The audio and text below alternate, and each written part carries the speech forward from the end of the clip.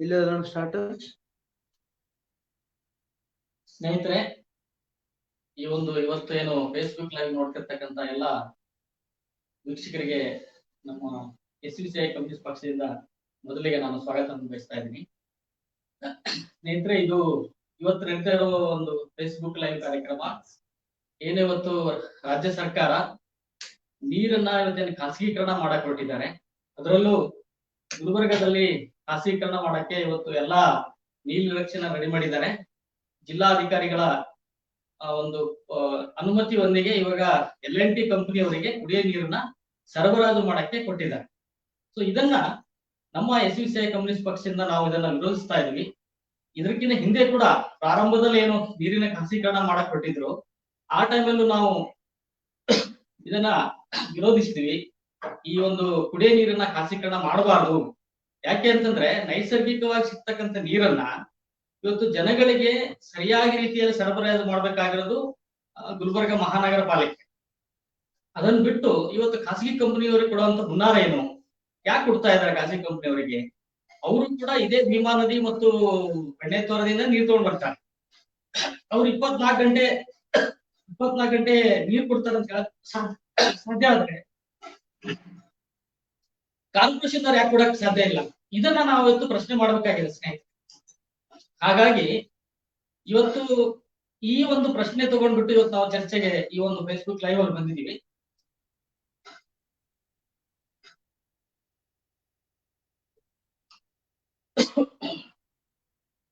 Facebook live ಅಲ್ಲಿ ಇವತ್ತು ಬಂದಿದ್ದೀವಿ ಸ್ನೇಹಿತರೆ. ಇಲ್ಲಿ ಮುಖ್ಯವಾಗಿರೋ ಪ್ರಶ್ನೆ ಬರುತ್ತೆ. ಯಾಕಂದ್ರೆ ಕುಡಿಯೋ ನೀರು ಬಹಳ ಅತಿ ಮುಖ್ಯವಾಗಿರ್ತಕ್ಕಂಥದ್ದು ಮನುಷ್ಯನ ಜೀವನವನ್ನ ನಾವು ಸಾಗಿಸ್ಬೇಕಂದ್ರೆ ಕುಡಿಯೋ ನೀರು ಬಹಳ ಪ್ರಮುಖವಾದ ಪಾತ್ರ ನಿರ್ವಹಿಸುತ್ತೆ.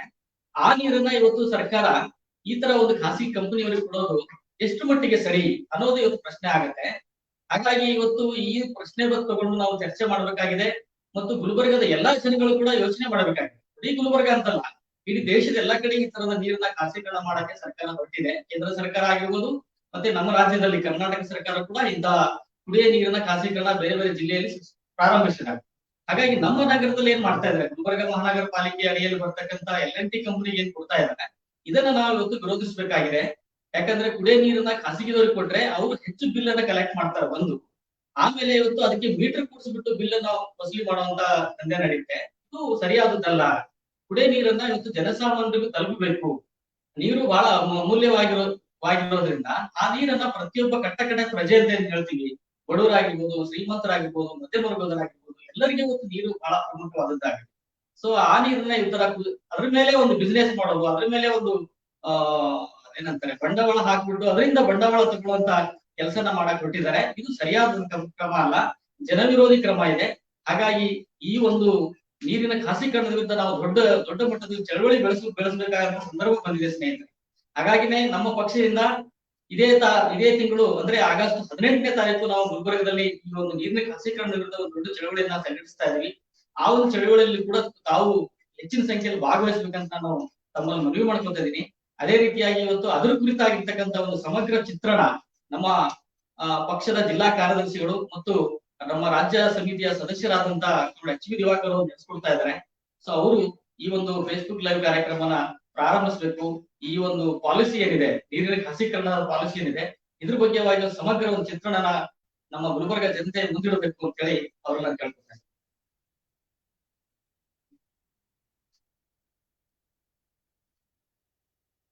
ಸ್ನೇಹಿತರೆ, ಈ ಫೇಸ್ಬುಕ್ ಮೂಲಕ ವೀಕ್ಷಿಸ್ತಿರ್ತಕ್ಕಂಥ ಎಲ್ಲಾ ಪ್ರೇಕ್ಷಕರಿಗೆ ನಾನು ನಮ್ಮ ಪಕ್ಷ SUCI ಕಮ್ಯುನಿಸ್ಟ್ ವತಿಯಿಂದ ನಿಮ್ಮೆಲ್ಲರೂ ಕೂಡ ನಾನು ಈ ಸಾಯಂಕಾಲದ ವಿಶೇಷವಾಗಿರ್ತಕ್ಕಂಥ ಒಂದು ನಮಸ್ಕಾರವನ್ನು ಹೇಳ್ತಾ ಇದ್ದೀನಿ. ಈಗಾಗಲೇ ನಮ್ಮ ಜಿಲ್ಲಾ ಸಮಿತಿಯ ಸದಸ್ಯರಾಗಿರ್ತಕ್ಕಂಥ ಕಮಲ್ SM ಶರ್ಮಾ ಅವರು ಈ ಒಂದು ನೀರಿನ ಖಾಸಗೀಕರಣದ ಬಗ್ಗೆ ಅವರು ತೆಗೆದುಕೊಂಡಿರ್ತಕ್ಕಂಥ ಒಂದು ಈ ಚಳವಳಿ ಬಗ್ಗೆ ನಿಮ್ಮ ಮುಂದೆ ಇಟ್ಟಿದ್ದಾರೆ.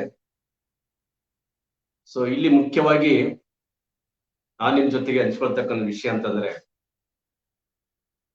ನೀರನ್ನ ಖಾಸಗಿ ಕಂಪನಿಗೆ ಕೊಡ್ತಕ್ಕಂಥ ಉದ್ದೇಶ ಏನಿದೆ? ಈಗಾಗಲೇ ಗುಲ್ಬರ್ಗದಲ್ಲಿ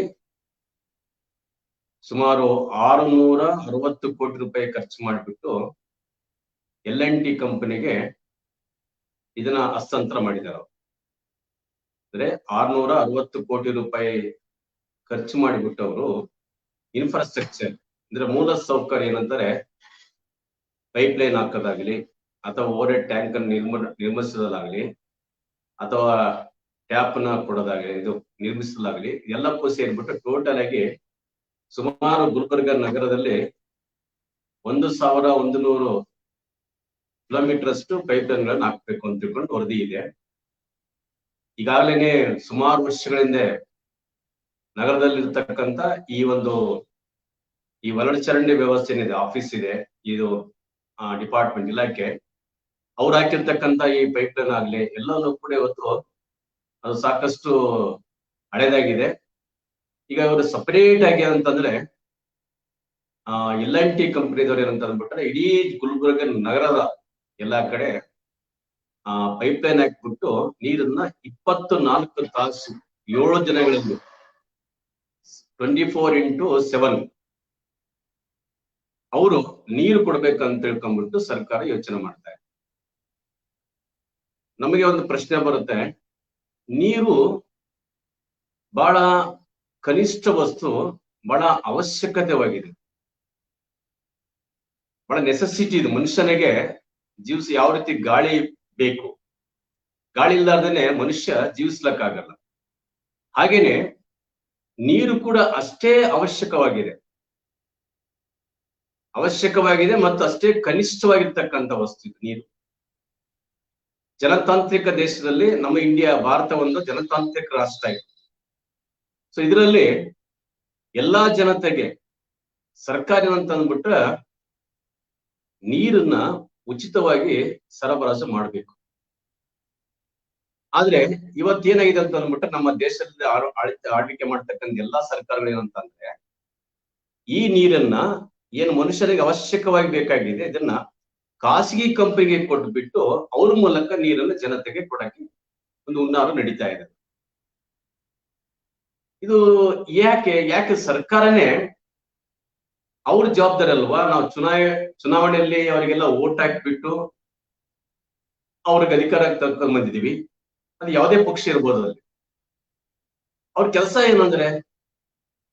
ಕೆಲಸ ಏನಂತಂದ್ರೆ ಜನಗಳ ಬೇಡಿಕೆಗಳೇನಿದಾವೆ, ನಮ್ಗೆ 24x7 ನೀರು ಬೇಡ, ನೀವು ಉಚಿತವಾಗಿ ಕೊಡಂಗಿಂತ 24x7 ಕೊಡಿ, ಪರವಾಗಿಲ್ಲ. ಅದಕ್ಕೆ ಆದ್ರೆ ಶುದ್ಧವಾಗಿರ್ತಕ್ಕಂಥ, ಕ್ಲೀನ್ ಆಗಿರ್ತಕ್ಕಂಥ, ಕುಡಿಲಿಕ್ಕೆ ಯೋಗ್ಯವಾಗಿರ್ತಕ್ಕಂಥ ನೀರನ್ನ ದಿನಾಲು ಬಿಡಿ. ನೀವು 1 ತಾಸು ಅಥವಾ 2 ತಾಸು ದಿನಾಲು ಬಿಡಿ ಸಾಕು. ಅಥವಾ ಬಾಳದ್ರೆ 3 ತಾಸು ದಿನದಲ್ಲೇ ಒಂದು 3 ತಾಸು ನೀವು ಕೊಟ್ಬಿಟ್ರೆ ನಮ್ಗೆ 24 ತಾಸು ನೀರು ಬೇಕಿಲ್ಲ. ನಮ್ಗೆ 3 ತಾಸು ಎಷ್ಟೇ ದೊಡ್ಡ ಕುಟುಂಬ ಆಗಲಿ, ಆ 3 ತಾಸದಲ್ಲಿ ದಿನ ಸ್ವಚ್ಛವಾಗಿರ್ತಕ್ಕಂಥ ನೀರು ಕೊಡಕ್ಕೆ ಯಾಕೆ ನಿಮ್ ಕೈಲಾಗಲ್ಲ? ನಿಮ್ಮೇಲೆ ದುಡ್ಡಿಲ್ವಾ? ಅಥವಾ ನೀವು ಆನೆಸ್ಟ್ ಆಗಿಲ್ವಾ? ಸರ್ಕಾರದಲ್ಲಿರ್ತಕ್ಕಂಥ ಅಧಿಕಾರಿಗಳು ಕ್ಲೀನ್ ಆಗಿಲ್ವಾ? ನೀವುಗಳು ಯಾಕೆ ನಿಮ್ ಕೈ ಕೊಡಕ್ ಆಗ್ತಾ ಇಲ್ಲ ನೀರನ್ನ ಉಚಿತವಾಗಿ? ಕಾರ್ಪೊರೇಷನ್ನೇ ನೇರವಾಗಿ ನೀರು ಯಾಕೆ ಸಪ್ಲೈ ಮಾಡ್ತಾ ಇಲ್ಲ? ನಾವು ಗುಲ್ಬರ್ಗದಲ್ಲಿ ನೋಡ್ತಾ ಇದ್ದೀವಿ, ಸುಮಾರು ಒಂದು 1983 ದಿಂದ ನಮ್ಮ ಪಕ್ಷ ಚಟುವಟಿಕೆ ಪ್ರಾರಂಭ ಆಗಿದೆ. 1983 ಅಲ್ಲಿಂದ ಇಲ್ಲಿವರೆಗೆ ನೋಡ್ತಾ ಇದ್ವಿ ನಾವು. ಗುಲ್ಬರ್ಗ ನಗರದಲ್ಲಿ ಸುಮಾರು ನದಿಗಳಿದ ಪಕ್ಕದಲ್ಲಿ ಭೀಮಾ ನದಿ ಇದೆ, ಬೆಣ್ಣಿತೋರ, ಮುಲ್ಲಾಮರಿ, ಕಾಗಿಣಿ ಇದೆ. ಸೊ ಈ ರೀತಿ ಹಲವಾರು ನದಿಗಳು ನಮ್ಮ ಗುಲ್ಬರ್ಗ ಸುತ್ತಮುತ್ತನ ಹರ್ಕೊಂಡು ಹೋಗ್ತಾ ಇದೆ. ಅದರಲ್ಲಿ ಮುಖ್ಯವಾಗಿ ಭೀಮಾ ನದಿ ನೀರು. ಈ ಭೀಮಾ ನದಿ ನೀರನ್ನು ಯಥೇಚ್ಛವಾಗಿ ಏನಂತ ಅಂದ್ಬಿಟ್ರೆ ನಗರಕ್ಕೆ ಕೊಡ್ಬೋದು, ಜನತೆಗೆ ಕೊಡ್ಬೋದು. ಅದು ನಮ್ಮ ನಗರದ ಜನಸಂಖ್ಯೆ 9 ಲಕ್ಷದಿಂದ 10 ಲಕ್ಷ ಇರ್ಬೋದು ಬಾಳಾದ್ರೆ. 10 ಲಕ್ಷ ಜನಗಳಿಗೆ ಯಾಕೆ ಕೊಡಕ್ಕಾಗಲ್ಲ ಅವ್ರ ನೀರನ್ನ? 83ರಿಂದ ನೋಡ್ತಾ ಇದೀವಿ ನಾವು. ಈ ಗುಲ್ಬರ್ಗ ನಗರ ಏನಂದ್ರೆ ನೀರಿನಿಂದ ಸಾಕಷ್ಟು ಸಫರ್ ಆಗಿದೆ. ಪ್ರತಿ ಬೇಸಿಗೆ ಬಂದಾಗೆಲ್ಲನೂ ಕೂಡ ಭೀಮಾ ನದಿ ನೀರು ಬರಕ್ಕೆ ಮುಂಚಿತವಾಗಿ ಕೆರೆ ಬೋಸ್ಕಂದಿ ನೀರು ಬರ್ತಿತ್ತು, ಅಷ್ಟು ಮತ್ತೆ ಬೆಣ್ಣಿತುರದಿಂದ ನೀರು ಬರ್ತಿತ್ತು. ಆ ನೀರ್ ಮೂಲಕ ಅಂದ್ರೆ ಗುಲ್ಬರ್ಗ ನಗರಕ್ಕೆ ಅಡ್ಜಸ್ಟ್ಮೆಂಟ್ ಮಾಡ್ಕೊಂಡು ಹೋಗ್ತಾ ಇದ್ದಾರೆ. ಈ ಅಡ್ಜಸ್ಟ್ಮೆಂಟ್ ಅಂದ್ರೆ ಅದನ್ನ ಅಡ್ಜಸ್ಟ್ಮೆಂಟ್ ಮಾಡ್ಕೊಂಡು ಹೋಗ್ಬೇಕಾದ್ರೆ ಎಷ್ಟೋ ಜನಗಳಿಗೆ ನೀರ್ ಸಿಗ್ತಿರಲಿಲ್ಲ. ಒಂದು ದುರಂತ ವಿಷಯ ಅಂತಂದ್ರೆ ನೀರು ಅಂತಂದ್ಬಿಟ್ರೆ ಸುಮಾರು ಜಿಲ್ಲೆಗಳಲ್ಲಿ ವಾರಗಂಟ್ಲೆ ನೀರ್ ಬಿಡಲ್ಲ. ವಾರಗಂಟ್ಲೆ 15 days ಅಂತ ಆಗ್ಲಿ. ನಾವು ಬಿಜಾಪುರಲ್ಲಿ ಕೇಳ್ತಾ ಇದ್ವಿ, ಬಿಜಾಪುರ ನಗರದಲ್ಲಿ 15 ದಿನಕ್ಕೊಂದ್ಸಲ ನೀರ್ ಬಿಡ್ತದೆ. ಗುಲ್ಬರ್ಗದಲ್ಲಿ ಕೂಡ ವಾರಕ್ಕೊಂದ್ಸಲ ನೀರು ಬಿಡ್ತಾ ಇದ್ರು. ಹುಬ್ಬಳ್ಳಿ ಧಾರವಾಡದಲ್ಲಿ ಕೂಡ ವಾರಕ್ಕೊಂದ್ಸಲ ನೀರು ಬಿಡ್ತಾ ಇದ್ರು. ಸೊ ಇಲ್ಲಿ ಯಾಕೆ ಜನಗಳಿಗೆ ನೀರು ಕೊಡ್ತಾ ಇರಲ್ಲ? ಮುಖ್ಯವಾಗಿ ಸರ್ಕಾರದಲ್ಲಿ ಇರ್ತಕ್ಕಂಥ ನಿಷ್ಕಾಳಜಿ, ಜನಗಳ ಬಗ್ಗೆ ಇರ್ತಕ್ಕಂಥ ನಿಷ್ಕಾಳಜಿ, ಬೇಜವಾಬ್ದಾರಿತನ. ಸೊ ನಮ್ಮ ಪಕ್ಷ ಏನಂತಂದ್ರೆ 86-87ರಲ್ಲಿ ಈ ಗುಲ್ಬರ್ಗದಲ್ಲಿ ಪ್ರತಿ ವರ್ಷ ನೀರಿಗಾಗಿ ಬರ ಬರ್ತಿತ್ತು. ಬೋರ್ವೆಲ್ 1000 ಮೀಟರ್ ಹೊಡೆದಕ್ಕೂ ನೀರು ಸಿಗ್ತಿರಲ್ಲ ಗುಲ್ಬರ್ಗ ನಗರದಲ್ಲಿ. ಸೊ ಇಂತಹ ಪರಿಸ್ಥಿತಿಯಲ್ಲಿ ಬೇಸಿಗೆ ಬರ್ತಾ ಇದ್ದಂಗೆನೆ ಇಡೀ ಗುಲ್ಬರ್ಗ ನಗರದಲ್ಲಿ ನೀರಿನ ಸಮಸ್ಯೆ ಬಹಳ ತಾಂಡವಾಡ್ತಾ ಇದೆ. ನಾವೇನ್ ಮಾಡಿದ್ವಿ ನಮ್ಮ ಪಕ್ಷದಿಂದ ಪ್ರಾರಂಭದಲ್ಲಿ ಇಡೀ ನಗರಕ್ಕೆ ಒಂದು ಶಾಶ್ವತ ಪರಿಹಾರವನ್ನು ಕೊಡಬೇಕು. ಪ್ರತಿ ಬೇಸಿಗೆ ಬಂದಾಗೆಲ್ಲ ಕೂಡ ನೀರನ್ನ ಈ ರೀತಿ ಪರದಾಡ್ಬೇಕಾದ್ರೆ ಯಾಕೆ ಇದಕ್ಕೊಂದು ಪರ್ಮನೆಂಟ್ ಸೊಲ್ಯೂಷನ್ ಬೇಕಾಗಲ್ಲ? ಅಲ್ಲಿ ನಾವು ಫಸ್ಟ್ ಬೇಡಿಕೆ ಇಟ್ಟದ್ದು ಇದೇ ನಮ್ಮ ಗುಲ್ಬರ್ಗಾದಿಂದ ಸುಮಾರು 24 ಕಿಲೋಮೀಟರ್ ಅಲ್ಲಿ ಭೀಮಾ ನದಿ ಹರ್ಕೊಂಡು ಹೋಗ್ತಾ ಇದೆ. ಮಳೆಗಾಲದಲ್ಲಿ ನೀರು ತುಂಬ್ಕೊಂಡ್ಬಿಟ್ಟು ಬೇರೆ ಎಷ್ಟೋ ಹಳ್ಳಿಗಳನ್ನ ನಾಶ ಮಾಡಿದೆ. ಈ ನದಿ ನೀರನ್ನ ಯಾಕೆ ಗುಲ್ಬರ್ಗ ಕೊಡಬಾರದು? ಗುಲ್ಬರ್ಗದಲ್ಲಿ ಪ್ರಥಮವಾಗಿ ನಾವು ಈ ಧ್ವನಿ ಎತ್ತಿದೀವಿ. ಈ ಧ್ವನಿ ಎತ್ತಿದ ನಮ್ಮ ಪಕ್ಷ SUCC. ಸೊ ನಾವು 2 ಬೇಡಿಕೆ ಇಟ್ಟು ಸರ್ಕಾರ ಮುಂದೆ. ಒಂದು, ತಾತ್ಕಾಲಿಕವಾಗಿ ಬೋರ್ವೆಲ್ಗಳನ್ನ ಡಿಕ್ ಮಾಡಬೇಕು. ಹಾಗೇನೆ ಶಾಶ್ವತವಾಗಿ ಏನಂತ ಅಂದ್ಬಿಟ್ರೆ ಭೀಮಾ ನದಿ ನೀರನ್ನ ಶುದ್ಧೀಕರಿಸ್ಬಿಟ್ಟು ನಗರಕ್ಕೆ ಸಪ್ಲೈ ಮಾಡ್ಬೇಕಂತ. ಅವಾಗ ಬೆಣ್ಣಿತೂರಿಂದ ಕೂಡ ಬರ್ತಕ್ಕಂಥ ನೀರು ಕೂಡ ಅಲ್ಪ ಸ್ವಲ್ಪ ಇತ್ತು, ಬೋಸ್ಕದಿಂದ ನೀರು ಬರ್ತಕ್ಕಂಥ ಅಲ್ಪ ಸ್ವಲ್ಪ ಇತ್ತು ಅದಕ್ಕೆ. ಸೊ ಈ ಒಂದು ಪರಿಸ್ಥಿತಿನಲ್ಲಿ ಆ 87-88ರಲ್ಲಿ 86-87ರಲ್ಲಿ ಇಡೀ ನಗರ ತುಂಬೆಲ್ಲ ಕೂಡ ಬೇಸಿಗೆನಲ್ಲಿ ಸುಮಾರು ಒಂದು 6 ತಿಂಗಳ ಕಾಲ ಬಹಳ ದೊಡ್ಡ ಹೋರಾಟ ನಡೀತು ಗುಲ್ಬರ್ಗ ನಗರದಲ್ಲಿ. ಮಹಿಳೆಯರು ಇರೆಸ್ಪೆಕ್ಟಿವ್ ಆಫ್ ಅಂದ್ರೆ ಯಾವುದೇ ಜಾತಿ, ಧರ್ಮ, ಭಾಷೆ ಭೇದವ ಬಿಟ್ಟು ಕಾಲಿಕೊಡ ಮೆರವಣಿಗೆ ತಗೊಂಡ್ಬಿಟ್ಟು ಇಡೀ ನಗರ ತುಂಬೆಲ್ಲ ಕೂಡ ದಿನಾಲು ನಮ್ಮ ಪಕ್ಷದ ನೇತೃತ್ವದಲ್ಲಿ ಚಳವಳಿ ನಡೀತು. ಅದು ಬಿಡಿ ಬೇರೆ ವಿಷಯ. ಅದ ನಂತರ ಬೇರೆ ಬೇರೆ ಪಕ್ಷಗಳ ಬೇರೆ ಬೇರೆ ಪಕ್ಷಗಳು ಬಂದು ಒಂದು ಕಮಿಟಿ ಆಯ್ತು. ಕಮಿಟಿ ಮೂಲಕ ಮತ್ತೆ ಹೋರಾಟ ಮುಂದಕ್ಕೆ ತಗೊಂಡೋಯ್ತು. ಏನೇ ನಾನು ಹೇಳ್ತಕ್ಕಂಥ ವಿಷಯ ಅಂತಂದ್ರೆ, ನಾವಿಲ್ಲಿ ಈ ಒಂದು ಹೋರಾಟ ಕೈಗೊಂಡಿದ್ವಿ. ಭೀಮಾ ನದಿ ನೀರನ್ನ ಶುದ್ಧೀಕರಿಸ್ಬಿಟ್ಟು ಪ್ರೊಸೆಸಿಂಗ್ ಮಾಡಿಬಿಟ್ಟು ನಗರಕ್ಕೆ ಕೊಡಿ ಅಂತ ತಿಳ್ಕೊಂಡ್ಬಿಟ್ಟು ಸರ್ಕಾರ ಕೊನೆಗೆ ಈ ಚಳವಳಿಗೆ ಮಣಿದು ಬಿಟ್ಟು, ಜನತೆಯ ಹೋರಾಟಕ್ಕೆ ಮಣಿದು ಬಿಟ್ಟರಂತ ಅಂದ್ಬಿಟ್ರೆ, ಮಾನ್ಯ ಶ್ರೀ ಅವತ್ತಿನ ಮುಖ್ಯಮಂತ್ರಿ ಆಗಿರ್ತಕ್ಕಂಥ ರಾಮಕೃಷ್ಣ ಹೆಗಡೆ ಅವರು 24 ಕೋಟಿ ರೂಪಾಯಿನ ಸ್ಯಾಂಕ್ಷನ್ ಮಾಡಿಬಿಟ್ಟು ಭೀಮಾ ನದಿ ಮೂಲಕ ನೀರು ಸಪ್ಲೈ ಮಾಡಕ್ಕೆ ಒಪ್ಪಿಗೆ ಆಯ್ತು. ಅಂದ್ರೆ ಹೋರಾಟ ಮಾಡಿ ಪಡ್ಕೊಂಡಿರ್ತಕ್ಕಂಥ ಭೀಮಾ ನದಿ ನೀರದು. ನಾವು ಇದನ್ನ ಆ ನೀರನ್ನು ಕುಡಿತಾ ಇದ್ವಿ, ಯೂಸ್ ಮಾಡ್ತಾ ಇದ್ವಿ. ಜೊತೆನಲ್ಲಿ ಬೆಣ್ಣಿತೊರೆ ಇದೆ. ಬೆಣ್ಣಿತೊರೆ ಫಸ್ಟ್ ಡ್ರಿಂಕಿಂಗ್ ವಾಟರ್, ಆಮೇಲೆ ಅದು ಇರಿಗೇಷನ್ಗೋಸ್ಕರ ಇರ್ತಕ್ಕಂಥ ನದಿ. ಬೋಸ್ಗ ಕೆರೆ, ಮಳೆ ಬಂದ್ರೆ ಕೆರೆ ತುಂಬುತ್ತೆ, ಮಳೆ ಬಂದ್ರೆ ಕೆರೆ ತುಂಬಲ್ಲ. ಆ ಒಂದು ಕೆರೆ ಮೇಲೆ ಅಲ್ಲಿ ಸುತ್ತಮುತ್ತ ಇರ್ತಕ್ಕಂಥ ಜನರು ಅವಲಂಬಿತರಾಗಿದ್ದಾರೆ. ಸೊ ಈ ಪರಿಸ್ಥಿತಿನಲ್ಲಿ ಗುಲ್ಬರ್ಗ ಜನಸಂಖ್ಯೆ ಬೆಳಿತಾನೆ ಇದೆ. ಅದ್ ತಕ್ಕಂತೆ ಮುಂದಾಲೋಚನೆ ಇಲ್ಲ ಸರ್ಕಾರಕ್ಕೆ. ಈಗಾಗಲೇ ಸುಮಾರು 55 ವಾರ್ಡ್ಗಳಲ್ಲಿ ಸಫಿಶಿಯಂಟ್ ಆಗಿ ನೀರು ಸಿಗುತ್ತೆ ಅಂತ ನನಗೆ ಅನ್ಸಲ್ಲ. ಅದಕ್ಕೆ ಒಂದಲ್ಲೊಂದು ಸಮಸ್ಯೆಯಿಂದ ಆಗ್ಬಿಟ್ಟು ಈಗ 2 ದಿನಕ್ಕೊಂದ್ಸಲ ನೀರು ಬಿಡ್ತಾ ಇದ್ದಾರೆ. ಅದು ಕೆಲವು ಕಡೆ ವಾರ ಗಂಟೆ ಹೋಗ್ತಾ ಇದೆ. ಯಾಕೆ ಈ ಸಮಸ್ಯೆ ಬರ್ತಾ ಇದೆ? ಇವುಗಳ ಬಗ್ಗೆ ಸರ್ಕಾರ ಯಾಕೆ ಗಮನಕ್ಕೆ ತಗೊಳ್ತಾ ಇಲ್ಲ? ಇವಾಗ ಆ ಒಂದು ಉಚಿತವಾಗಿ ಪಡ್ಕೊಂಡಿರ್ತಕ್ಕಂಥ ನೀರನ್ನ, ಭೀಮಾ ನದಿ ನೀರನ್ನ ಸರ್ಕಾರ ಏನ್ ಮಾಡಕ್ ಕೊಟ್ಟಿದೆ ಇವತ್ತು? L&T ಕಂಪನಿಗೆ ಹಸ್ತಾಂತರ ಮಾಡಿಬಿಟ್ಟಿದೆ. L&T ಕಂಪನಿಗೆ 12 ವರ್ಷ ಕಾಲದ ಅಗ್ರಿಮೆಂಟ್ ಮಾಡ್ಕೊಂಡ್ಬಿಟ್ಟಿದೆ.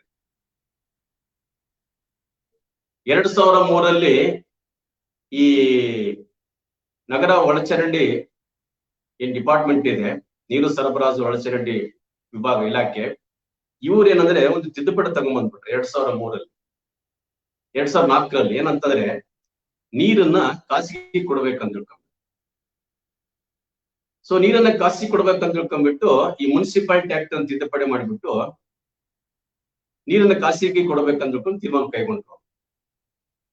ತದನಂತರ ಅವ್ರು ಫಸ್ಟ್ ಅಟೆಂಪ್ಟ್ ಮಾಡಿದ್ ಯಾವ್ದಪ್ಪ ಅಂತ ಹೇಳಿದ್ರೆ ಗುಲ್ಬರ್ಗ, ಹುಬ್ಳಿ ಧಾರವಾಡ ಮತ್ತು ಬೆಳಗಾವಿ, ಜೊತೆನಲ್ಲಿ ಮೈಸೂರು ಕೂಡ.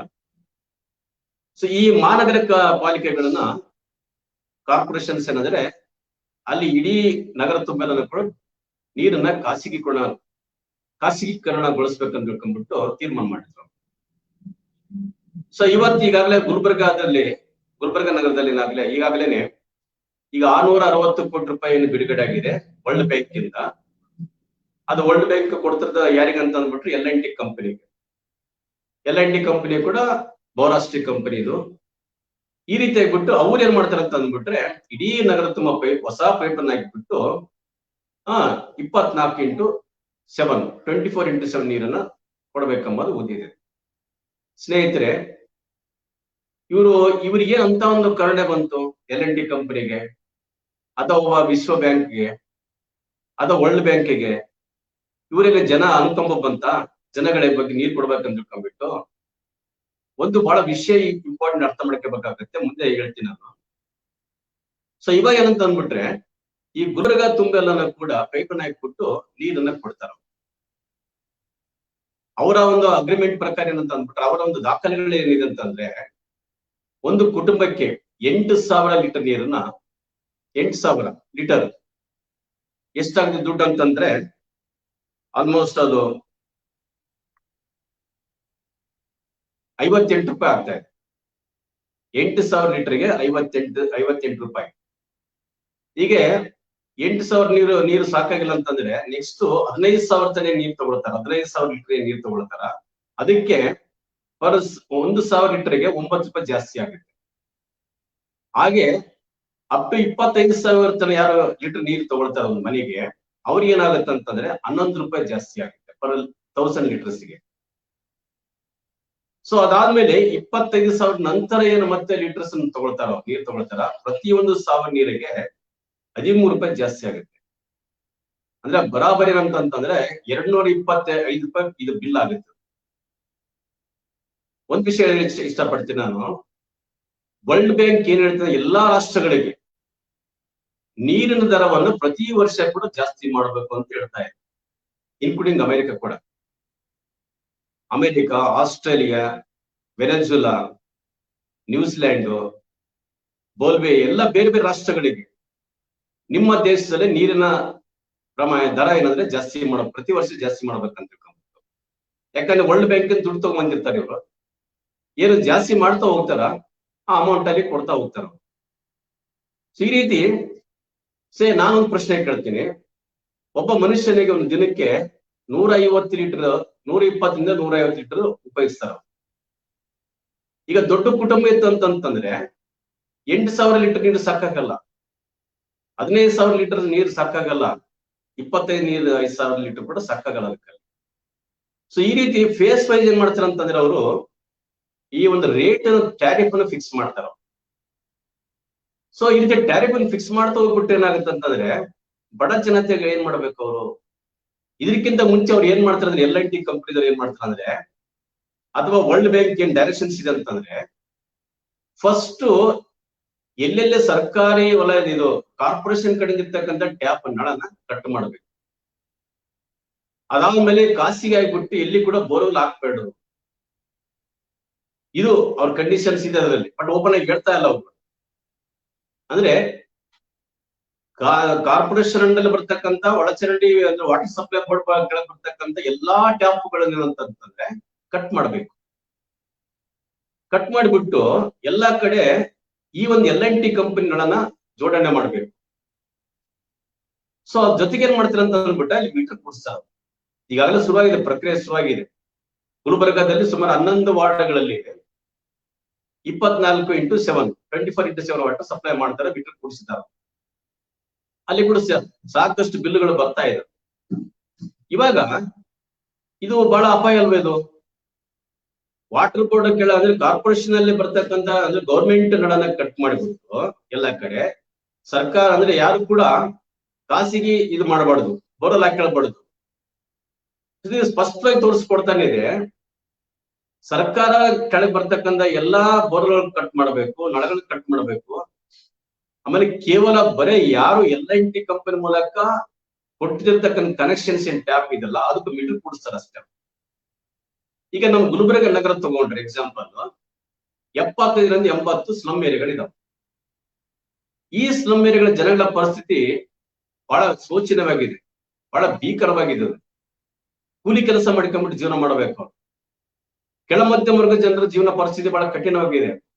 ನಮ್ಮ ಗುಲ್ಬರ್ಗ ಒಂದು ಹಿಂದುಳಿದಂತ ಜಿಲ್ಲೆ ಇದು. ಒಂದು ಕೈಗಾರಿಕೆ ಕಾರ್ಖಾನೆ ಇಲ್ಲ ಕೆಲಸ ಮಾಡಕ್ಕೆ, ದುಡಿಯ ಕೈಗಳಿಗೆ ಕಾರ್ಖಾನೆಗಳಿಲ್ಲ. ಇದ್ದಂತ ಕಾರ್ಖಾನೆಗಳು ಮುಚ್ಕೊಂಡು ಹೋಗ್ತಾ ಇದಾವ. ನಮ್ಮ ಜನ ಇಲ್ಲಿ ಇರ್ತಕ್ಕಂಥ ಶ್ರಮಿಕರು, ಕಾರ್ಮಿಕರು ಉದ್ಯೋಗಕ್ಕೋಸ್ಕರ ಹೈದರಾಬಾದ್, ಬಾಂಬೆ ಮತ್ತು ಬೆಂಗಳೂರು ಹೋಗ್ತಾ ಇದ್ದಾರೆ. ಸೊ ಈ ಪರಿಸ್ಥಿತಿನಲ್ಲಿ ಇಷ್ಟು ಕನಿಷ್ಠ ಕೆಳ ಮಟ್ಟದಲ್ಲಿ ಜೀವನ ಮಾಡ್ತಕ್ಕಂಥ 80ರಿಂದ 90, 75ರಿಂದ 80 ಸ್ಲಂ ಬಡಾವಣೆಗಳೇನಂತಂದ್ರೆ ಜನರ ಪರಿಸ್ಥಿತಿ ಬಹಳ ಗಂಭೀರವಾಗಿದೆ. ಅವ್ರೇನಂತಂದ್ರೆ ಈ ಪಬ್ಲಿಕ್ ಟ್ಯಾಪ್ ಕನೆಕ್ಷನ್ಸ್ ಕಟ್ ಮಾಡಿಬಿಟ್ರೆ ಅವ್ರು ನೀರು ಎಲ್ಲಿ ತಗೋಬೇಕು? ಅವರು ಅಂದ್ರೆ ನೀರು ದುಡ್ಡು ಕೊಟ್ಟು ತಗೋಬೇಕಾಗತ್ತೆ. ಸ್ನೇಹಿತರೆ, ನಮ್ಮ ಕರ್ನಾಟಕದಲ್ಲಿ ನಿಮ್ಗೆಲ್ಲ ಗೊತ್ತಿದೆ, ಕಾವೇರಿ ನೀರು ಹರ್ಕೊಂಡು ಹೋಗ್ತಾ ಇದೆ. ಕಾವೇರಿ ಇದೆ, ಕೃಷ್ಣ ಇದೆ, ತುಂಗಭದ್ರ ಇದೆ, ಕಪಿಲ ಇದೆ, ಭೀಮಾ ಇದೆ, ನೇತ್ರಾವತಿ ಇದೆ. ಇಷ್ಟು ನದಿ, ಮುಲ್ಲಮಾರಿ ಇದೆ, ಕಾಗಿಣಿ ಇದೆ. ಸೊ ಇಷ್ಟೆಲ್ಲ ನದಿಗಳು ಹರ್ಕೊಂಡು ಹೋಗ್ತಾ ಇದ್ವಾ. ಜೊತೆಗೆ ಏನಂದ್ರೆ ಇಂಡಿಯಾದಲ್ಲಿ ಅತಿ ಹೆಚ್ಚು ಮಳೆ ಬರ್ತಕ್ಕಂತ ಸ್ಟೇಟ್ ಕರ್ನಾಟಕ ಕೂಡ ಹೊಂದಿದೆ. ಇಷ್ಟು ನೀರನ್ನ ನೀವು ಜನತೆಗೆ ಯಾಕೆ ಕೊಡಕ್ಕಾಗಲ್ಲ ಉಚಿತವಾಗಿ? ಇದು ಬಹಳ ಗಂಭೀರ ಪ್ರಶ್ನೆ, ಜನತೆ ಕೇಳ್ಬೇಕಂತ ಅನ್ಸ್ತಾ ಇದೆ. ಇಷ್ಟೆಲ್ಲಾ ನದಿಗಳು ಮಳೆಗಾಲದಲ್ಲಿ ಅಂತ ಅಂದ್ಬಿಟ್ರೆ ನೀರು ಹರ್ಕೊಂಡು ಹೋಗ್ತಾ ಇದೆ, ವೇಸ್ಟ್ ಆಗಿ ಸಮುದ್ರಕ್ಕೆ ಹೋಗಿ ಬಿಡ್ತಾ ಇದೆ, ಪ್ರವಾಹ ಬರ್ತಾ ಇದೆ. ಆಲ್ಮೋಸ್ಟ್ ಈ 3 ವರ್ಷದಿಂದ ನೋಡ್ತಾ ಇದ್ದೇವೆ ನಾವು. ಬೆಳಗಾವಿ, ಬಿಜಾಪುರ, ಬಾಗಲಕೋಟೆ, ಕೊಡಗು, ಮಂಗಳೂರು, ಈ ಆ ಭಾಗದ ಸುಮಾರು 9 ಜಿಲ್ಲೆಗಳು ಪ್ರತಿ ವರ್ಷ ಮಳೆ ಬಂದಾಗ, ಪ್ರವಾಹ ಬಂದಾಗೆಲ್ಲೂ ಕೂಡ ಆ ಜಿಲ್ಲೆಗಳಲ್ಲಿ ನೀರಲ್ಲಿ ಮುಳುಗೋಗ್ತಾವ. ಎಷ್ಟೋ ಹಳ್ಳಿಗಳು ನಾಶ ಆಗಿದೆ, ಬೆಳೆ ನಷ್ಟ ಆಗಿದೆ, ಹೊಲಗಳು ಹಾಳಾಗಿದ್ದಾವೆ, ಜನಗಳು ಸತ್ತು ಹೋಗಿದ್ದಾರೆ. ಇದನ್ನ ಪ್ಲಾನಿಂಗ್ ಬೇಡ ನಿಮ್ಗಳಿಗೆ? ನಾವು ಪ್ರಶ್ನೆ ಕೇಳ್ತಾ ಇದೀವಿ. ಇಷ್ಟೆಲ್ಲ ನೀರು ಹರ್ಕೊಂಡು ಹೋಗ್ಬೇಕಾರೆ ಕುಡಿಲಿಕ್ಕೆ ನೀವು ಯಾಕೆ ಕೊಡಕ್ಕಾಗ್ತದೆ? ಮಾದಾಯಿ ನೀರು ಆಲ್ಮೋಸ್ಟ್ 200 TMC ನೀರು ಗೋವಾಗೆ ಹೋಗ್ತಾ ಇತ್ತು.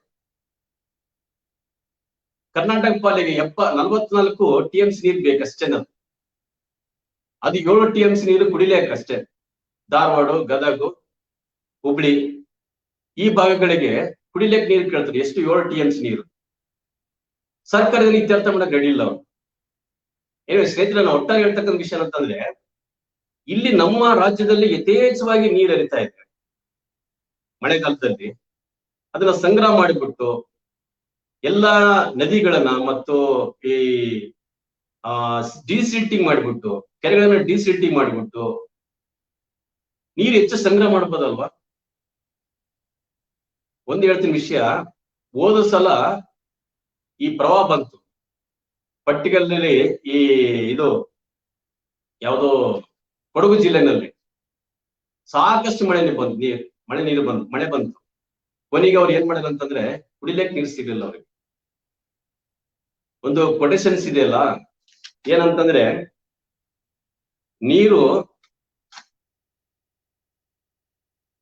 ನೀರೇ ನೀರು ಎಲ್ಲೆಲ್ಲೋ ಕುಡಿಯಲು ಒಂದು ಹನಿಯೂ ಇಲ್ಲ. Water water everywhere, not a drop to drink. ಅಂದ್ರೆ ಎಲ್ಲ ಕಡೆ ನೀರು ಕಾಣಿಸುತ್ತೆ, ಅದರ ಕುಡಿಲಿಕ್ಕೆ ನೀರು ಮಾತ್ರ ಒಂದನಿ ಸಿಗುತ್ತಾ ಇಲ್ಲ. ಇದು ಬಹಳ ಕರೆಕ್ಟ್ ಆಗಿದೆ.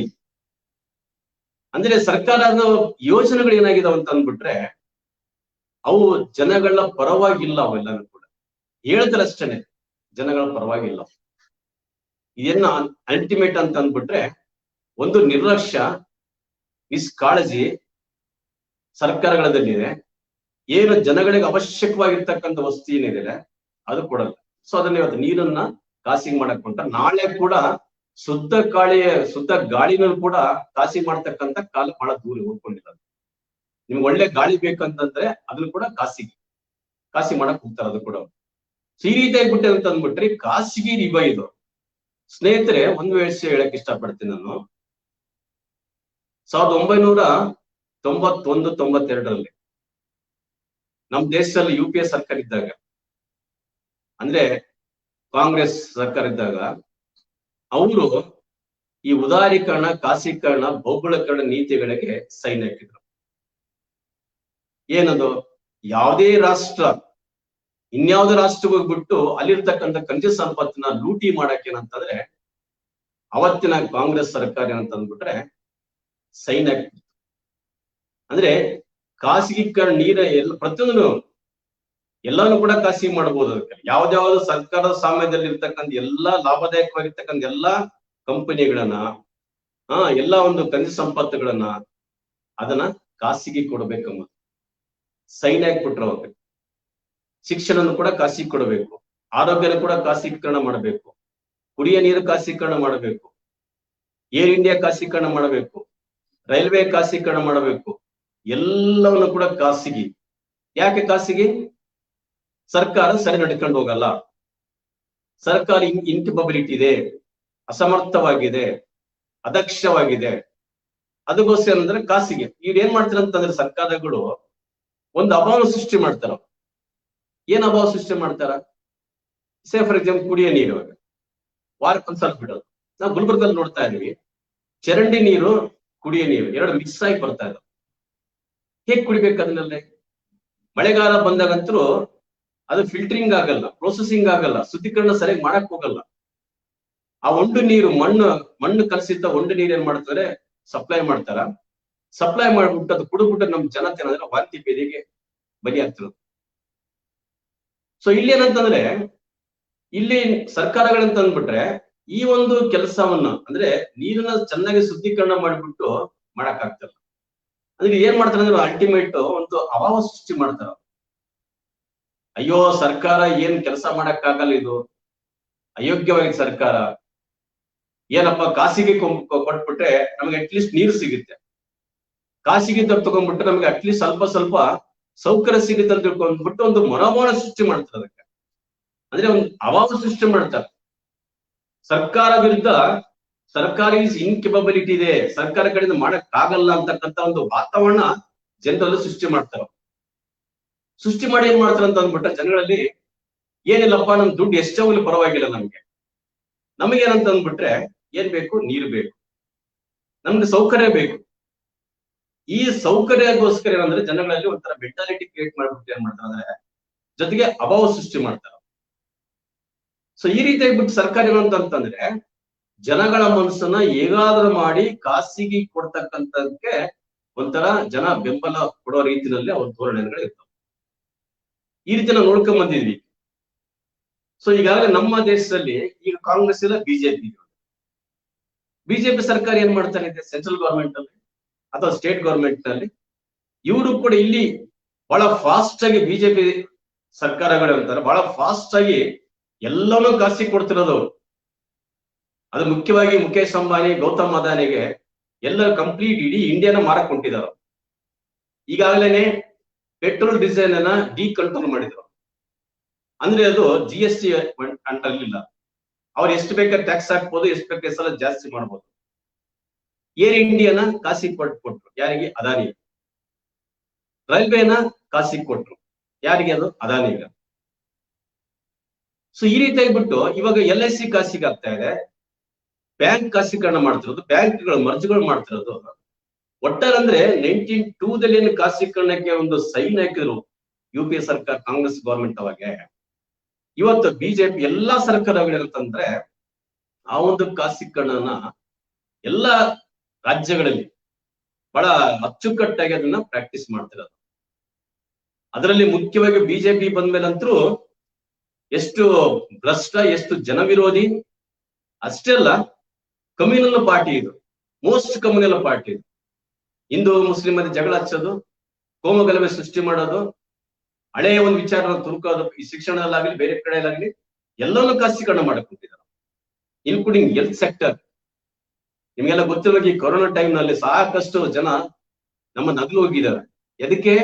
ಸರಿಯಾಗಿ ಇನ್ ಟೈಮ್ ನಲ್ಲಿ ಆಮ್ಲಜನಕ ಸಿಕ್ಕಿಲ್ಲ ಅವರಿಗೆ, ಆಸ್ಪತ್ರೆಯಲ್ಲಿ ಬೆಡ್ಗಳು ಸಿಕ್ಕಿಲ್ಲ ಅವರುಗಳಿಗೆ. ಆಮೇಲೆ ಈ ಕೋವಿಡ್ ಸರಿಯಾಗಿ ನಿರ್ವಹಿಸ್ಲಿಕ್ಕೆ ಕಂಪ್ಲೀಟ್ ವಿಫಲ ಆಗಿದೆ. ಅವ್ರು ಏನ್ ಕೆಲಸ ಮಾಡಕತ್ತೀರ? ಬರೀ ಕುರ್ಚಿಗೋಸ್ಕರ ಜಗಳ, ಕಚ್ಚಾಟ, ಬಹಳ ನೀಚವಾಗಿರ್ತಕ್ಕಂಥ ಒಂದು ರಾಜಕೀಯ ಇವತ್ತು ನಮ್ಮ ರಾಜ್ಯದಲ್ಲಿ ನೋಡ್ತಾ ಇದ್ದೀವಿ ನಾವು. ಅಂದ್ರೆ ಇವುಗಳಿಗೆ ಬರೇ ಅಧಿಕಾರ ಹೆಂಗ ಲೂಟಿ ಹೊಡಿಬೇಕು ಅಂತ, ಯಾವ ರೀತಿ ನಮ್ಮ ಬಳ್ಳಾರಿನಲ್ಲಿ ಗಣಿನ ಮೈನಿಂಗ್ ಲೂಟಿ ಮಾಡಿಕೊಂಡು ಬಿಜೆಪಿ ಸರ್ಕಾರದ MLAಗಳು ಇಡೀ ಬಳ್ಳಾರಿ ನಾಶ ಮಾಡಿಬಿಟ್ರು. ಸೊ ಅಂತ ಒಂದು ಭ್ರಷ್ಟ ಬಿಜೆಪಿ ಸರ್ಕಾರ ಏನಂತಂದ್ರೆ ಇವತ್ತು ಗುಲ್ಬರ್ಗದಲ್ಲಿ ಇರ್ತಕ್ಕಂಥ ಈ ಮಹಾನಗರ ಪಾಲಿಕೆ ಕುಡಿ ನೀರನ್ನ ಖಾಸಗಿ ಕೊಟ್ಬಿಟ್ಟಿದಾರ. ನೀವು ಪ್ರಶ್ನೆ ಕೇಳಬಹುದು, ಏನ್ ಈಗಾಗಲೇ ಕೊಟ್ಬಿಟ್ಟಿದಾರ, ಏನೇನ್ ಮಾಡಕ್ಕಾಗಲ್ಲ ಅಂತ ನೀವು ಪ್ರಶ್ನೆ ಕೇಳಬಹುದು. ಇಲ್ಲ, ಖಂಡಿತ ಪ್ರಶ್ನೆ ಕೇಳಬೇಕಾಗತ್ತೆ. ನಮ್ಮ ಪಕ್ಷ 12 ವರ್ಷ ಹಿಂದೆ, ಅವಾಗಿನ ಕಿತ್ತೂರಿ ನಡೀತಾ ಇದ್ದಿದ್ದು, ನಾವು ಗುಲ್ಬರ್ಗ ನಗರದ ಬಂದ್ ಮಾಡಿದೀವಿ. ಭೀಮಾ ನದಿ ನೀರ ಕುಡಿಯೋ ನೀರನ್ನ ಖಾಸಗಿ ಕೊಡಬೇಡ ಅಂತ ತಿಳ್ಕೊಂಡ್ಬಿಟ್ಟು ಅವಾಗ 12 ವಾರ್ಡ್ಗಳಿಗೆ ಮೀಸಲಾಗಿಬಿಡ್ತು, ಸೀಮಿತ ಆಗ್ಬಿಡ್ತದ ಜನಗಳ ಹೋರಾಟದ ಮೂಲಕ್ಕೆ.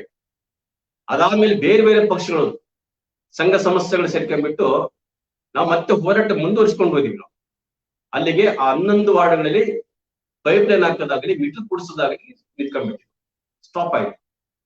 ಅದಾದ್ಮೇಲೆ ಮತ್ತೆ ಮುಂದುವರಿತಾನೆ ಇದೆ. ಒಂದು ವಿಷಯ ಹೇಳಕ್ ಇಷ್ಟಪಡ್ತೀನಿ ನಾನು, ಈ ನೀರನ್ನ ಖಾಸಗೀಕರಣ ಮಾಡ್ತಕ್ಕಂಥ ಹುನ್ನಾರು ವಿಶ್ವ ಬ್ಯಾಂಕ್ ಏನು ಪ್ಲಾನ್ ಇದೆ. ಮುಂದೋದಂತ ರಾಷ್ಟ್ರಗಳಲ್ಲಿ ಅಮೆರಿಕ, ಫ್ರಾನ್ಸು, ವೆನೆಜುಲಾ, ಆಸ್ಟ್ರೇಲಿಯಾ, ಬೋಲ್ವಿಯಾ, ಇವೆಲ್ಲಾ ರಾಷ್ಟ್ರಗಳೇನಂತಂದ್ರೆ ನೀರನ್ನ ಖಾಸಗೀಕರಣ ಮಾಡಿದ್ದಾರೆ. ಸೊ ಅಲ್ಲಿ ಏನಂತಂದ್ರೆ, ಒಂದು ನಿಮಗೆ ಎಕ್ಸಾಂಪಲ್ ಕೊಡಕ್ಕೆ ಇಷ್ಟಪಡ್ತೀನಿ ನಾನು ಸ್ನೇಹಿತರೆ. 1999ರಲ್ಲಿ ಬೋಲ್ವಿಯಾ ದೇಶದ ಕೂಚ್ ಬಾಂಬ್ ಅಂತ ತಿಳ್ಕೊಂಡ್ಬಿಟ್ಟು ಒಂದು ನಗರ, ಅಲ್ಲಿ ಏನಂತಂದ್ರೆ ಈ ನೀರನ್ನ ಖಾಸಗೀಕರಣಗೊಳಿಸಿದ್ರು ಅವರು. ಖಾಸಗೀಕರಣಗೊಳಿಸಿದಾಗೆ ಅಲ್ಲಿ ಆ ನೀರಿನ ದರ ವಿಪರೀತ ರೇಟ್ ಜಾಸ್ತಿ ಆಗ್ಬಿಡ್ತು. ದರ ಜಾಸ್ತಿ ಆದಾಗ ಅಂದ್ರೆ ಅಲ್ಲಿ ಒಬ್ಬ ಎಂಪ್ಲಾಯಿ ಅವ್ರ ಸ್ಯಾಲರಿನಲ್ಲಿ 22% ಆ ವಾಟರ್ ಟ್ಯಾಕ್ಸ್ ಹೋಗ್ಬೇಕಾಯ್ತು. ಇರ್ತಕ್ಕಂಥ ಜನ ಸಂಘಟಿತರಾಗ್ಬಿಟ್ಟು ಈ ಖಾಸಗೀಕರಣ ನೀತಿ ವಿರುದ್ಧ ದಂಗೆ ಎದ್ಬಿಟ್ರೆ, ಕೊನೆಗೆ ಸರ್ಕಾರ ಏನ್ ಮಾಡುತ್ತೆ ಅಂತಂದ್ರೆ ಅದನ್ನ ಆ ದೇಶದಲ್ಲಿ ಇರ್ತಕ್ಕಂಥ ಒಂದು ನೀತಿ, ನೀರಿನ ಖಾಸಗೀಕರಣ ನೀತಿನ ವಾಪಸ್ ತೆಗೆದುಕೊಳ್ಬೇಕಾಯ್ತು. ಹಾಗೇನೆ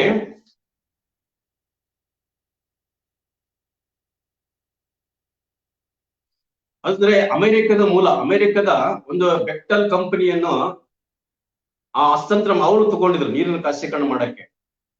ಆ ಒಂದು ಬೆಕ್ಟಲ್ ಕಂಪನಿ ವಿರುದ್ಧ ಜನ ರೊಚ್ಚಿಗೆ ಬಿಟ್ಟು ಅವ್ರನ್ನ ಹೊರಗೆ ಹಾಕ್ಬಿಟ್ರು. ಅವಾಗ ಬೆಕ್ಟಲ್ ಕಂಪನಿ ಏನ್ ಮಾಡಿತಂದ್ರೆ ಆ ಒಂದು ಬೋಲ್ವಿಯಾ ದೇಶದ ಕೋಚ್ ಬಾಂಬದಲ್ಲಿ ಅವರಿಗಳಿಗೆ $50 ಮಿಲಿಯನ್ ಪರಿಹಾರ ಕೊಡ್ಬೇಕಂತ ಕೇಳಿದ್ರು.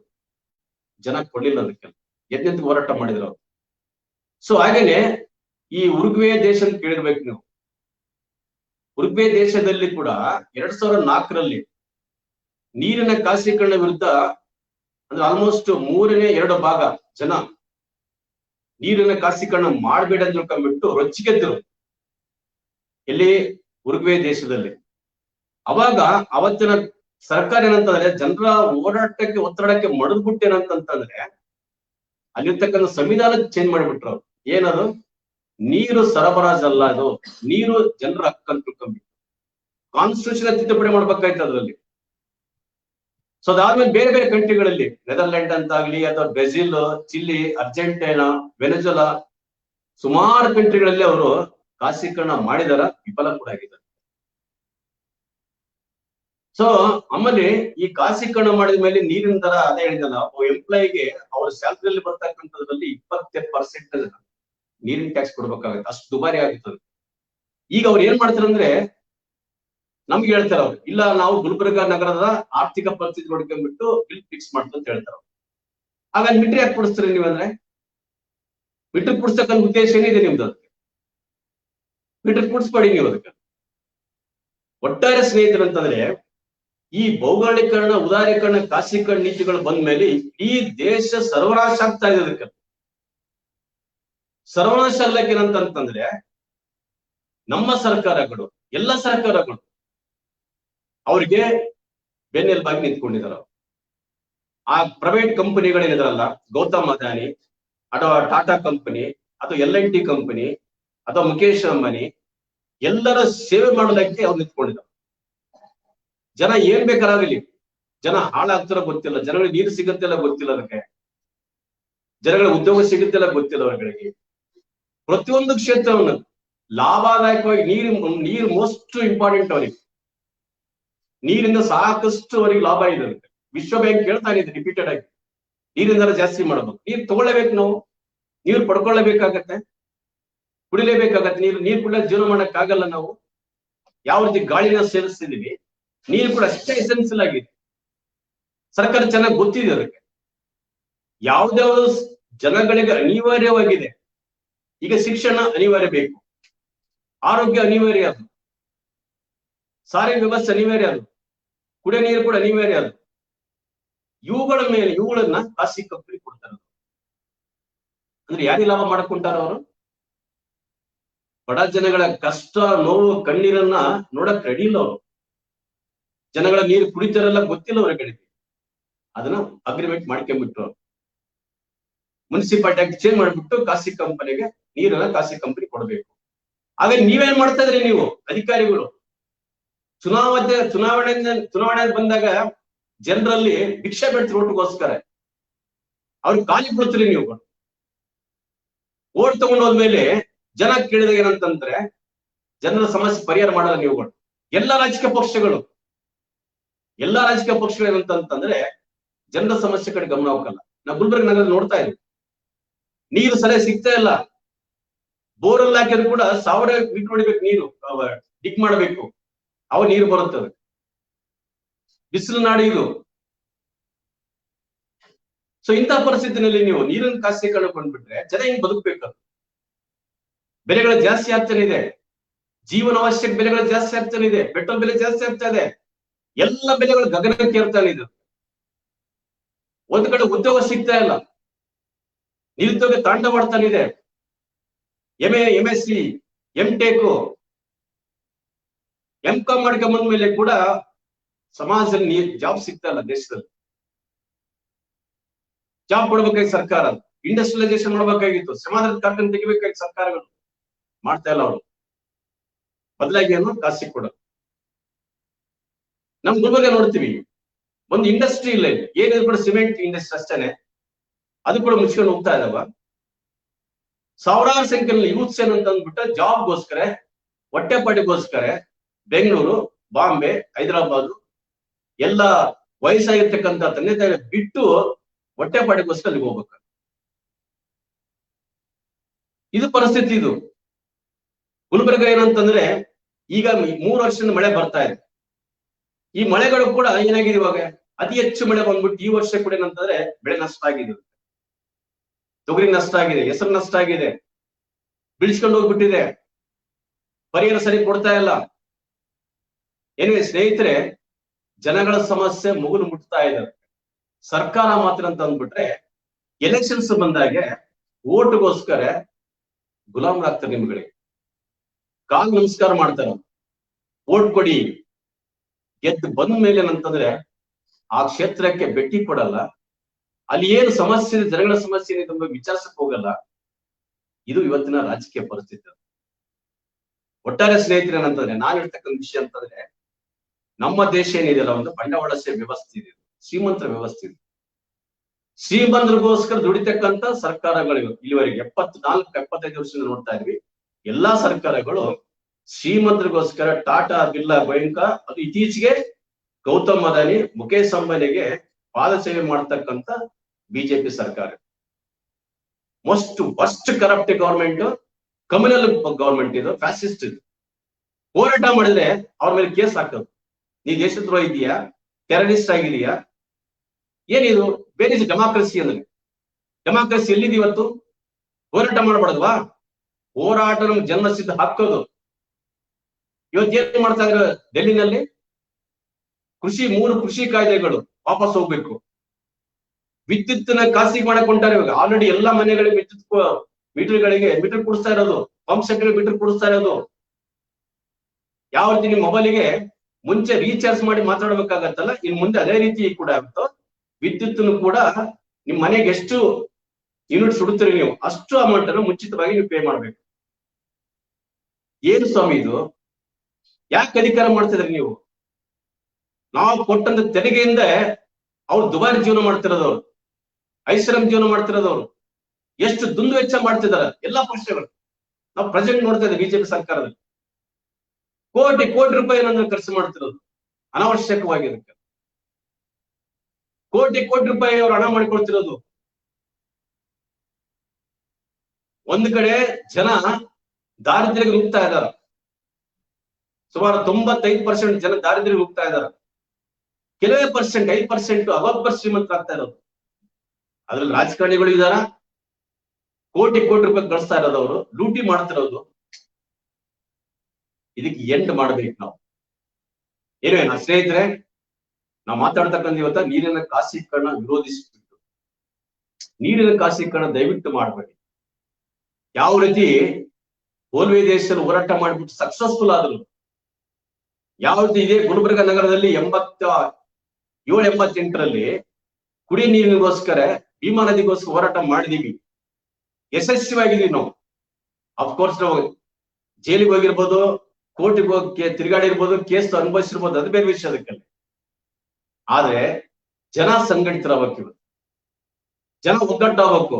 ನಾವು ಮಾತ್ರನೇ ನಮ್ಮ ನೀರನ್ನ ಖಾಸಗಿ ಕಂಪನಿ ಕೊಡಲ್ಲ. ಇದು ಸರ್ಕಾರ ಕೆಲಸ. ಇದು ಡೆಮಾಕ್ರೆಟಿಕ್ ಕಂಟ್ರಿನ ಚುನಾವಣೆಯಲ್ಲಿ ಎಲೆಕ್ಟ್ ಮಾಡಿ ನೀವು ಕಳಿಸಿದೀವಿ. ನೀವು ನಿಮ್ಮ ಅಡಿಗೆಯಲ್ಲಿ ಬರ್ಬೇಕು ಎಲ್ಲಾನು ಕೂಡ. ಎಸೆನ್ಷಿಯಲ್ ಕಮೋಡಿಟೀಸ್, ನೀರಾಗಲಿ, ವಿದ್ಯುತ್ ಆಗಲಿ, ಎಜುಕೇಶನ್ ಆಗಲಿ, ಯಾವುದೇ ಎತ್ತಾಗಲಿ ಕನಿಷ್ಠ ದರದಲ್ಲಿ ಜನಗಳಿಗೆ ತಲುಪಿಸ್ಬೇಕು. ಅದು ನಿಮ್ ಕೆಲಸ. ಅದನ್ನ ಬಿಟ್ಟು ನೀವು ಪ್ರೈವೇಟಿಗೆ ಕೊಡ್ತಿದ್ರಲ್ಲ, ನಾಚಿಕೆ ಬರಲ್ಲ ನಿಮ್ಗಳಿಗೆ? ಈ ಪ್ರಶ್ನೆ ಕೇಳ್ಬೇಕು ನೀವು. ಈ ಬರುತ್ತೆ ಕಾರ್ಪೊರೇಷನ್ ಎಲೆಕ್ಷನ್ ಬರುತ್ತೆ, ಆಲ್ಮೋಸ್ಟ್ ಕೈ ಜೋಡಿಸ್ಕೊಂಡ್ಬಿಟ್ಟು ಬರ್ತಾರ ಅವ್ರು, ಗೊಜ್ಜಲ್ಲಿ ಬರ್ತಾರ ಅವರು ಸ್ಲಮ್ ಏರಿಯಾಗಳೊಳಗಡೆನೆ. ದಯವಿಟ್ಟು ನಮ್ಗೆ ಓಟ್ ಕೊಡಿ ಅಂತ ತಿಳ್ಕೊಂಡ್ಬಿಟ್ಟು ಅವಾಗ ಎಲ್ರ ಹೆಸರು ನೆನಪಾಗುತ್ತೆ ಅವ್ರಿಗೆ. ಗೆದ್ದೋದ್ಮೇಲೆ ಏನ್ ಮಾಡಲ್ಲ, ಮಾಡ್ತಾರೆ, ಅಲ್ಪ ಸ್ವಲ್ಪ ಮಾಡ್ತಾರೆ ಅಷ್ಟೇ ನಾವು. ಆದ್ರೆ ನಮ್ಮ ಜನತೆಗೆ ಏನ್ ಬೇಕು ಅಂತ ಸಮಸ್ಯೆಗಳು. ಎಷ್ಟೋ ಬಡಾವಣೆಗಳಲ್ಲಿ ಸರಿಯಾಗಿರ್ತಕ್ಕಂಥ ರಸ್ತೆ ಇಲ್ಲ, ರಸ್ತೆ ಸಮಸ್ಯೆ ಇದೆ. ಚರಂಡಿ ವ್ಯವಸ್ಥೆ ಸರಿಯಾಗಿಲ್ಲ, ಅಧ್ವಾನಾಗಿದೆ. ಗುಲ್ಬರ್ಗ ನಗರದಲ್ಲಿ ಒಳಚರಂಡಿ ವ್ಯವಸ್ಥೆ ಕೂಡ ಅಷ್ಟು ಮಟ್ಟ ಸರಿಯಾಗಿಲ್ಲ, ರಸ್ತೆಗಳು ಸರಿಯಾಗಿಲ್ಲ, ಇಂಟೀರಿಯರ್ ರಸ್ತೆಗಳು ಸಾಕಷ್ಟು ಹಾಳಾಗಿಬಿಟ್ಟಿದೆ. ನಾವು ಟ್ಯಾಕ್ಸ್ ಕೊಡ್ತಾ ಇದೀವಿ, ಜನ ಟ್ಯಾಕ್ಸ್ ಕೊಡ್ತಿರೋದು, ಟ್ಯಾಕ್ಸ್ ಇಂದ ಇಷ್ಟೆಲ್ಲ ರಾಜಕಾರಣಿಗಳು ಮೆರಿತಿರೋದು.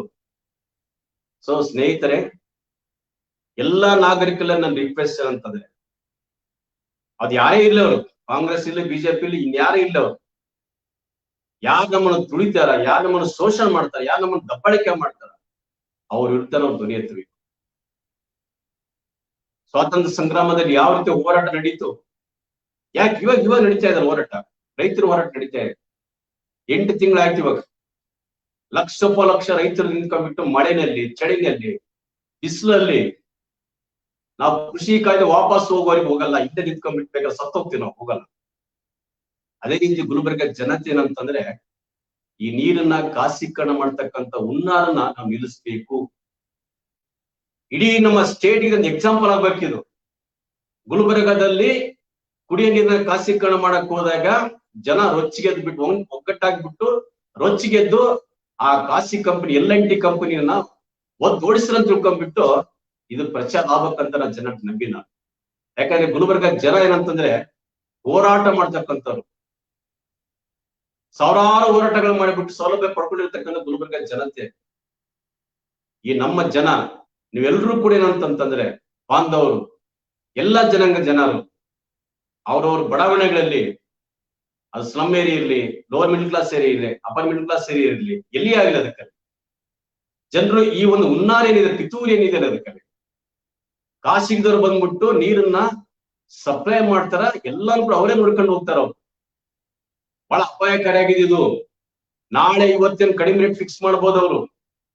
ನಾಳೆ ಎಲ್ಲಾನು ಕೂಡ ಕಂಪ್ಲೀಟ್ ಆಗಿ 55 ವಾರ್ಡ್ಗಳಲ್ಲಿ ಅವ್ರ ಕಂಟ್ರೋಲ್ ಬಂತಂದ್ರೆ ನಾಳೆ ಸಾಕಷ್ಟು ರೇಟ್ ಫಿಕ್ಸ್ ಮಾಡ್ತಾರ ಅವ್ರು. ಹಿಂದೆ ಹಲವಾರು ದೇಶಗಳು ನಡ್ಕೊಂಡು ಹೋಗಿದೆ. ನಮ್ಮ ಗುಲ್ಬರ್ಗದಲ್ಲಿ ಕೂಡ ನೋಡ್ತಾರ, ಬಡ ಜನತೆ ಕೊಡ್ತಾರ ಬಿಡ್ತಾರ ಪಾಯಿಂಟ್ ಅಲ್ಲ ಅವ್ರಿಗೆ. ಅವ್ರು ಏನ್ ಮಾಡ್ತಾರ, ಫಿಕ್ಸ್ ಮಾಡ್ತಾರ. ಸೊ ನೀರು ದುಬಾರಿ ಆಗುತ್ತೆ. ಈ ನೀರು ದುಬಾರಿ ಆಗೋದನ್ನ ಖಾಸಗಿ ಕೊಡೋದನ್ನ ನಾವು ಯೋಚಿಸ್ಬೇಕು. ಜನತೆ ಒಂದಾಗಬೇಕು. ನೀವು ಬಡಾವಣೆಗಳಲ್ಲಿ ಯಾವ ರೀತಿ ಬೇರೆ ಬೇರೆ ಸೌಕರ್ಯಗೋಸ್ಕರ ಹೋರಾಟ ಮಾಡಿ ಯಶಸ್ವಿಯಾಗಿರಿ. ನೀವು ನನ್ನ ಅಭಿನಂದನೆ ಸಲ್ಲಿಸ ನಮ್ಮ ಪಾರ್ಟಿಯಿಂದ ಎಲ್ಲರೂ ಕೂಡ ಗುಲ್ಬರ್ಗ ನಗರ ಜನತೆ.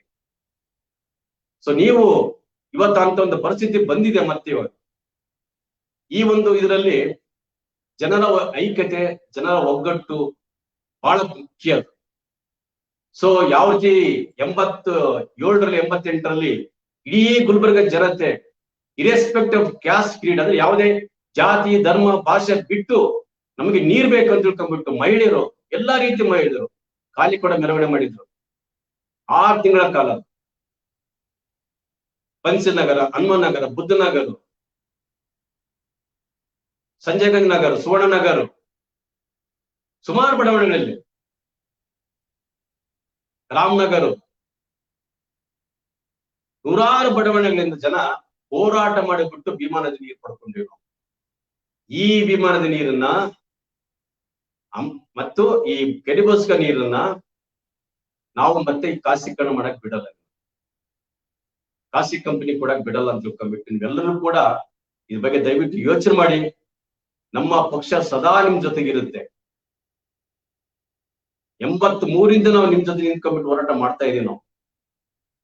ಸೊ ದಯವಿಟ್ಟು ನೀವೆಲ್ಲರೂ ಕೂಡ ನೀವು ಸಂಘಟಿತರಾಗಬೇಕು, ಸಮಿತಿಗಳು ರಚನೆ ಮಾಡ್ಕೋಬೇಕು. ನೀವು ರಚನೆ ಮಾಡ್ಕೊಂಡ್ಬಿಟ್ಟು ಎಚ್ಚೆತ್ಕೊಳ್ಬೇಕು. ಇದನ್ನ ಖಾಸಗೀಕರಣ ಮಾಡ್ತಕ್ಕಂಥ ನಿಲ್ಲಿಸ್ಬೇಕು ಇದನ್ನ. ಸೊ ಆ ರೀತಿ ಆಗ್ಬಿಟ್ಟು ನೀವು ಮಾಡ್ತೀರಂತ ನಂಬಿಬಿಟ್ಟು ಆಶಿಸ್ಬಿಟ್ಟು ನಿಮ್ಮೆಲ್ಲರಿಗೂ ನಾನು ಅಭಿನಂದನ ಸಲ್ಲಿಸ್ತಾ ಇದ್ದೇನೆ.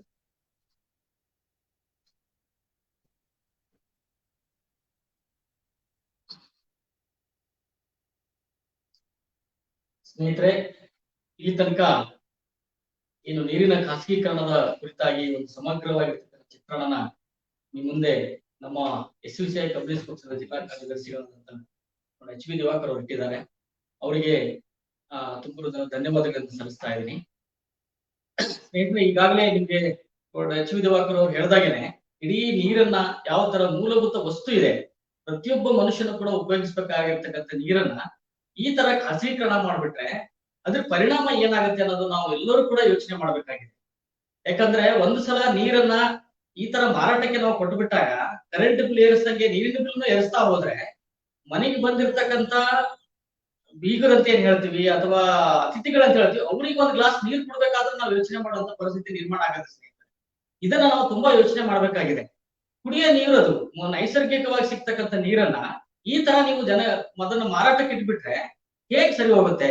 ಎಷ್ಟು ಜನ ಇವತ್ತು ಸ್ಲಮ್ ಏರಿಯಲ್ಲಿ ಜೀವನ ಮಾಡ್ತಾ ಇದ್ದಾರೆ. ಸೊ ಉದ್ಯೋಗ ಇಲ್ಲದನ್ನ ಇವತ್ತು ಜೀವನ ಮಾಡ್ತಾ ಇದ್ದಾರೆ. ಲಾಕ್ ಡೌನ್ ಸಂದರ್ಭದಲ್ಲಿ ಬಹಳ ಕಷ್ಟದಲ್ಲಿ ಜೀವನ ಮಾಡ್ತಾ ಇದ್ದಾರೆ ಜನಗಳು.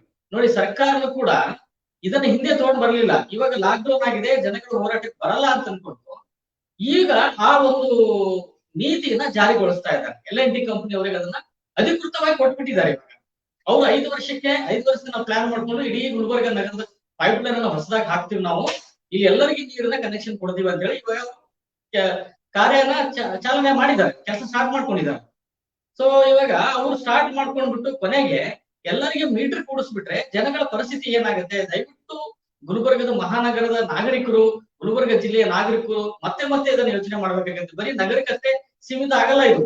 ನಾಳೆ ಹಳ್ಳಿ ಪಟ್ಟಣಗಳಿಗೂ ಬರುತ್ತೆ. ಶಾವಾದು, ವಾಡಿ, ಚಿತಾಪುರು, ಚಿಂಚೋಳಿ, ಜೇವರ್ಗಿ ಇಂತ ತಾಲೂಕು ಪ್ಲೇಸ್ಗಳಲ್ಲೂ ಕೂಡ ಇವತ್ತು ಅದು ಹೋಗ್ತಾ ಇದೆ ಸ್ನೇಹಿತರೆ. ಅಲ್ಲೆಲ್ಲಕ್ಕೂ ಕೂಡ ಮೀಟರ್ ಇದ್ರೆ ಮಾತ್ರ ನಿಮ್ಗೆ ನೀರ್ ಕೊಡ್ತೀವಿ, ದುಡ್ಡು ಕಟ್ಲೇಬೇಕು ನೀವು. ಇವಾಗ ಈ ತರ ಇದೆ ಫೀಸು. ಇನ್ನು 4 ವರ್ಷ ಆದ್ಮೇಲೆ ಇನ್ನು ಹೆಚ್ಚಿಗೆ ಆಗ್ತಾ ಹೋಗುತ್ತೆ. ಈಗ ನಾವು ನೋಡ್ತಾ ಇದೀವಿ ಎಲ್ಲಾ ಬೆಲೆಗಳು ಏರಿಕೆ ಆಗ್ತಾ ಇರೋದು, ಪ್ರತಿಯೊಂದು ರೇಟ್ಗಳನ್ನೇ ಏರಿಸ್ತಾ ಹೋಗ್ತಾ ಇದ್ದಾರೆ.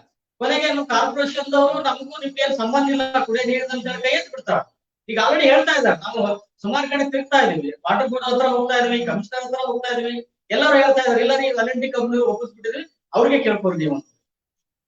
ನೋಡಿ ಎಂತ ಹುನ್ನಾರ ಅಂದ್ರೆ, ಸರ್ಕಾರಕ್ಕೆ ನೀರಿನ ಟ್ಯಾಕ್ಸ್ ಅನ್ನ ಕಾರ್ಪೊರೇಷನ್ ದವರು ಕಲೆಕ್ಟ್ ಮಾಡ್ತಿದ್ರು, ವಾಟರ್ ಬೋರ್ಡ್ ಅವರು ಕಲೆಕ್ಟ್ ಮಾಡ್ತಿದ್ರು. ಇವಾಗ LNT ಕಂಪನಿ ಅವರು ಕಲೆಕ್ಟ್ ಮಾಡ್ತಾರೆ. ಅಂದ್ರೆ ಸರ್ಕಾರಕ್ಕೆ ಬರ್ತಕ್ಕಂಥ ಆದಾಯನ ಖಾಸಗಿ ಕಂಪನಿದವ್ರಿಗೆ ಕೊಡ್ತಾರಪ್ಪ ಅಂತಂದ್ರೆ ಇದನ್ನ ಯೋಚನೆ ಮಾಡ್ಬೇಕಾಗುತ್ತಲ್ವಾ? ಇದು ದೇಶಕ್ಕೂ ಹೋಗಲ್ಲ, ಸರ್ಕಾರಕ್ಕೂ ಹೋಗಲ್ಲ. ಹಾಗಾದ್ರೆ ಕಾರ್ಪೊರೇಷನ್ ಅಲ್ಲೂ ಅಮೌಂಟ್ ಎಲ್ಲಿ ಇರ್ತದೆ? ಯಾವ ಅಮೌಂಟ್ ಅವ್ರು ಕಲೆಕ್ಟ್ ಮಾಡ್ತಾರ? ಈ ಪರಿಸ್ಥಿತಿ ಆಗುತ್ತೆ ಸ್ನೇಹಿತರೆ. ನಾಳೆ ನಮಗ್ ಕೊಡ್ತಕ್ಕಂಥ ಸೌಲಭ್ಯನೂ ಅವ್ರು ಕೊಡಕ್ಕಾಗಲ್ಲ. ಇವಾಗ ನೋಡಿ ಕಾರ್ಪೊರೇಷನ್ ಎಲೆಕ್ಷನ್ ಡಿಕ್ಲೇರ್ ಮಾಡಿದ್ದಾರೆ. ಆಗ್ಲೇ ಹೇಳಿದ್ರು ನಮ್ಮ ನಾಯಕರು, ಸೊ ಎಲೆಕ್ಷನ್ ಟೈಮ್ ಅಲ್ಲೂ ಮನೆ ಮನೆಗೆ ಬರ್ತಾರ. ಅವ್ರು ಏನ್ ಮಾಡ್ತಾರ? ಅವ್ರು ಏನು ಮಾಡಕ್ಕಾಗಲ್ಲ. ಎಲ್ಲ ಖಾಸಗಿದವ್ರು ಒಪ್ಪಿಸ್ಮೇಲೆ ಇವ್ರು ಏನ್ ಮಾಡ್ತಾರೆ?